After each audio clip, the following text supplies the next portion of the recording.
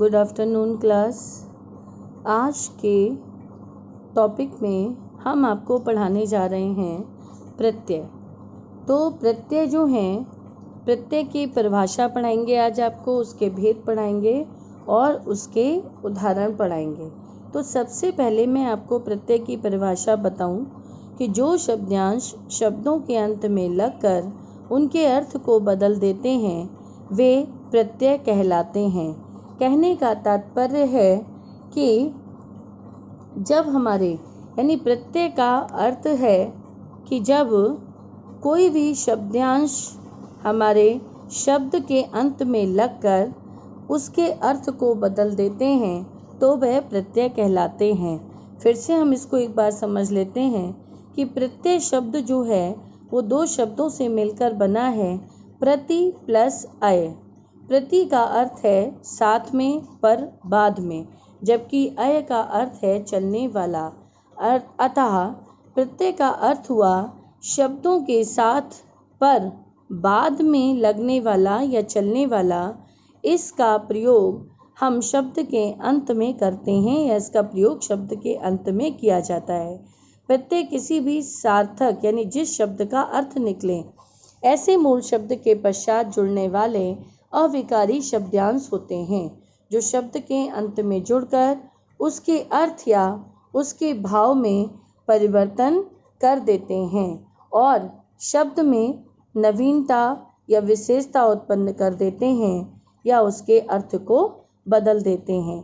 जैसे मैं एक यहाँ पर उदाहरण बताऊं, जलज, पंकज आदि। तो जलज में से जल प्लस ज, पंकज में से प प्लस ज। तो जल यानी पानी और जा माने होता है उत्पन्न होने वाला, अर्थात पानी में उत्पन्न होने वाला। इसी प्रकार से पंकज शब्द में जा प्रत्यय लगाकर पंकज का मतलब जो है वो हो जाएगा कमल। कुछ मैं आपको अन्य उदाहरण भी यहाँ पर बता रही हूँ, जैसे सामाजिक। आप देखते जाइएगा, इसमें प्रत्यय जो हैं अलग अलग जुड़े हुए हैं। सामाजिक में एक प्रत्यय, सुगंधित में इत प्रत्यय, भुलक्कड़ में अक्कड़ प्रत्यय, मिठास में आस प्रत्यय, लोहार में आर प्रत्यय, नाटककार में कार प्रत्यय, बढ़ाई में आई प्रत्यय, टिकाऊ में आऊ, बिकाऊ में आऊ और होनहार में हार प्रत्यय, लेनदार में दार प्रत्यय, घटिया में इया प्रत्यय, गाड़ी वाला में वाला प्रत्यय, सुतक्कड़ में अक्कड़ प्रत्यय, दयालु में दयालु प्रत्यय। तो ये हुए हमारे आपके कुछ उदाहरण। अब हम आपको बताएंगे कि प्रत्यय के प्रकार। प्रत्यय के कितने प्रकार होते हैं? प्रत्यय के दो प्रकार होते हैं। पहला होता है हमारा कृत प्रत्यय, दूसरा होता है हमारा तद्धित प्रत्यय।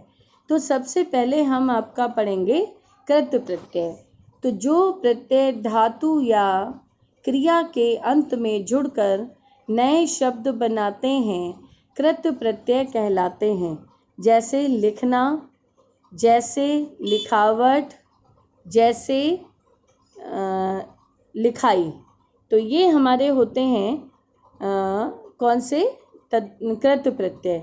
ठीक है, तो इस प्रकार से हमारे हुए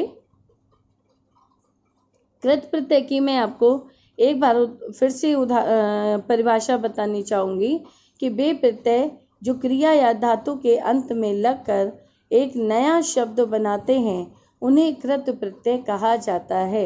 दूसरे शब्दों में हम कह सकते हैं कि वे प्रत्यय जो क्रिया के मूल रूप में यानी कि धातु में जोड़े जाते हैं कृत प्रत्यय कहलाते हैं। जैसे लिख प्लस अक। तो लिख है हमारा धातु और अक है हमारा प्रत्यय, तो दोनों मिलकर बने लेखक।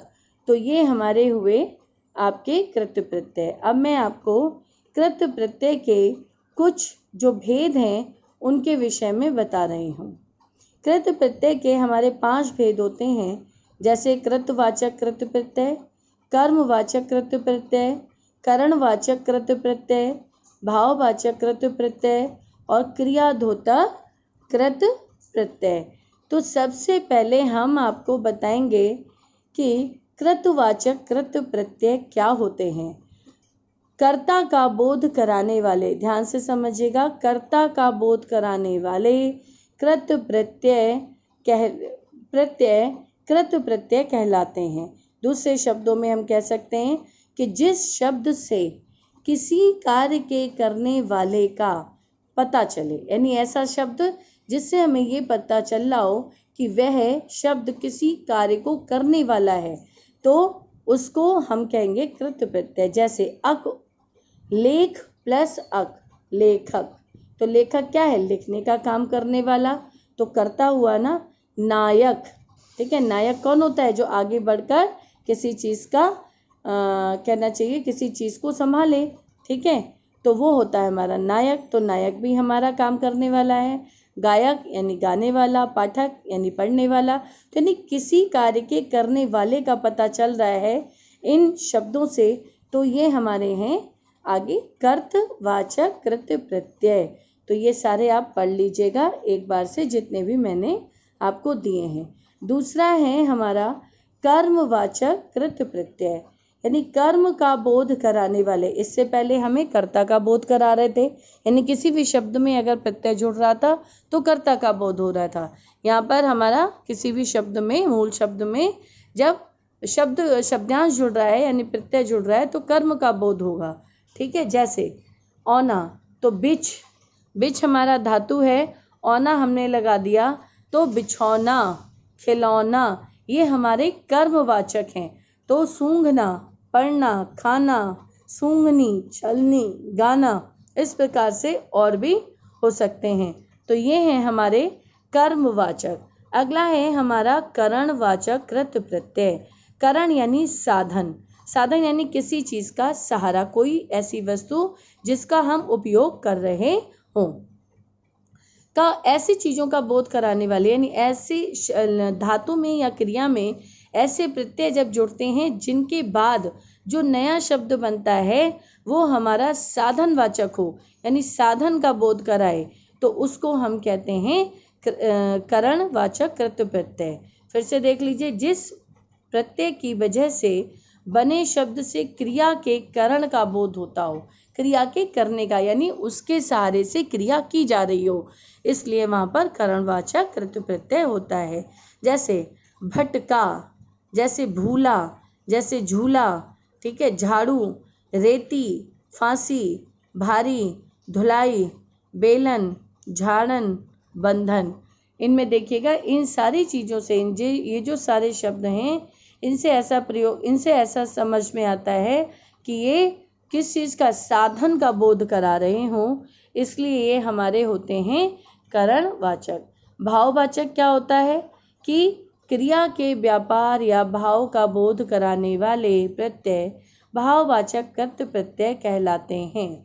दूसरे शब्दों में हम कह सकते हैं भाववाचक कृत प्रत्यय वे होते हैं जो क्रिया से भाववाचक संज्ञा का निर्माण करते हैं।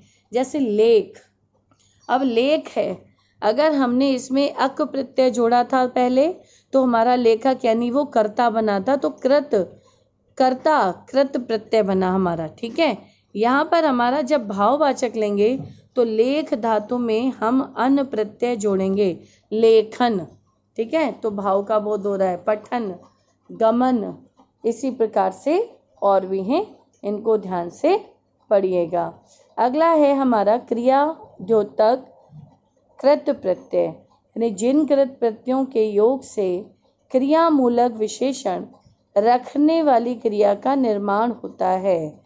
यानी दूसरे शब्दों में समझिए कि जिस प्रत्यय के कारण शब्दों से बनी क्रिया के होने का भाव पता चले उसे क्रियावाचक कृत प्रत्यय कहलाते हैं। जैसे डूब हमारा है क्रिया, हमने उसमें ता प्रत्यय लगाया तो डूबता, तो ये भी क्रिया द्योतक यानी क्रिया का सहारा लेकर ही क्रिया को दिखा रहा है, यानी डूबता भी हमारी क्रिया है। बहता, बह है हमारी मेन क्रिया या धातु, ता प्रत्यय हो गया, इसमें जोड़कर हमने बनाया बहता, तो बहता भी हमारा क्रिया रूप ही है। चलता, सुनता, खाता, पीता, ये हमारी सारी क्रिया रूप हैं। देखिए खोया, यानी खोना हमारी क्रिया है और हमने या प्रत्यय जोड़ा तो खोया शब्द बना, तो खोया भी हमारी क्रिया ही होगा। यानी क्रिया द्योतक यानी क्रिया मूलक विशेषण, क्रिया से ही हमारे अन्य जो क्रिया शब्द बनते हैं, नया क्रिया शब्द बनता है, उसको हम क्रिया मूलक या क्रिया द्योतक शब्द कृत प्रत्यय कहलाते हैं। अब हम आगे जो आगे वाली हमारी ऑडियो या वीडियो होगी उसमें हम आपको तद्धित प्रत्यय के विषय में बताएंगे। धन्यवाद।